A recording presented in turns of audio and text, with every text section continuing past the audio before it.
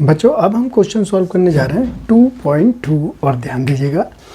Calculate the equilibrium constant, क्या निकालना है? इक्विलिब्रियम कांस्टेंट केसी फाइंड आउट करना ऑफ द रिएक्शन। ये रिएक्शन गिवन है बच्चों और यहाँ पर ई नॉट सेल। तो ये क्वेश्चन बहुत ही आसान है, तो आइए सॉल्व करते हैं इसे। तो यहाँ पर बच्चों हमें इक्विलिब्रियम कौन सा है बच्चों? अब यहाँ पे देखिएगा टेम्परेचर नहीं गिवन है, तो टेम्परेचर नहीं गिवन है तो मैंने बता रखा है कितना टेम्परेचर लोगे 25 डिग्री सेल्सियस। तो मैं लिखने वाला हूँ एट 25 डिग्री सेल्सियस और इसे किस में कन्वर्ट करके रखना है?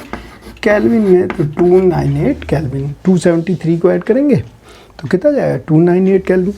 अच्छा हमें नर्नेस्ट इक्वेशन तो मालूम है, E cell equal to E not cell minus 2.303 RT over NF log 10 concentration of product over reactant.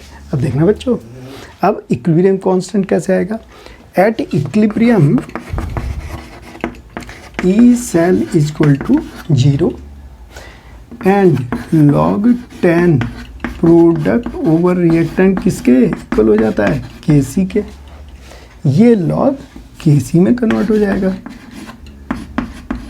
ठीक है बच्चों, तो देखिएगा अब ये वाली वैल्यू रखते ही ये हम किस में कन्वर्ट कर सकते हैं? इस टेम्परेचर पे मैं लिख सकता हूँ E cell equal to E not cell 0.059 upon n log 10 product over reactant. ठीक है बच्चों, अब यहाँ पे E cell 0, E not cell given है 0.059 एंड log 10 यहाँ पे KC कर देखिए, या आप सीधे KC लिख लो। देखो बच्चों ये आ गया।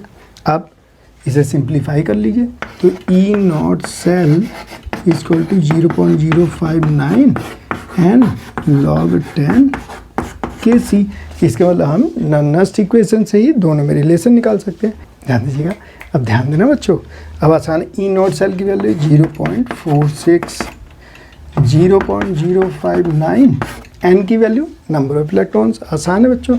Cu से किस में कन्वर्ट हो रहा है? Cu2 प्लस, तो यहाँ 2 इलेक्ट्रॉन और देखिए Ag प्लस से Ag में कन्वर्ट हो रहा है, तो यहाँ 1 इलेक्ट्रॉन। लेकिन जब बैलेंस करोगे 2 की मल्टीप्लाई करोगे देखिए तो n की वैल्यू 2 आ गई। ये कैंसिल करोगे ये इक्वेशन आ गई, समझ गए ना? तो n की वैल्यू 2, तो यहाँ पे n की वैल्यू 2 रख दी मैंने, log 10 KC। अब इसे सिंप्लीफाई कीजिए तो log 10 KC equal to 0.46 multiply to 0.059।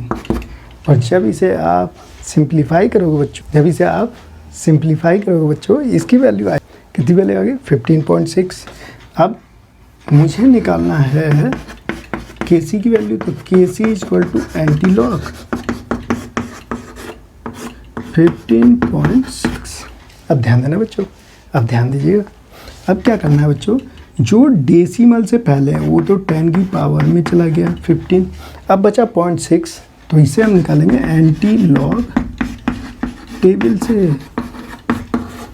ठीक है बच्चों, तो कैसे देखेंगे? 0.6 के आगे और 0 के नीचे, समझ गए? 0.6 के आगे और 0 के नीचे, तो ये आएगी वैल्यू बच्चों 3921। अब ध्यान दीजिएगा, ध्यान देना बच्चों, ठीक है?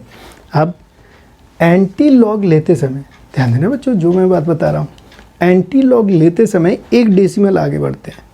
तो देखिएगा यहाँ 0.6 का निकालना है। अब एंटी लॉग लेते समय 1 डेसिमल आगे बढ़ोगे, तो अगर हमें एंटी लॉग ऑफ 0.6 निकालना है तो इसकी वैल्यू आएगी 3.921। समझ गए?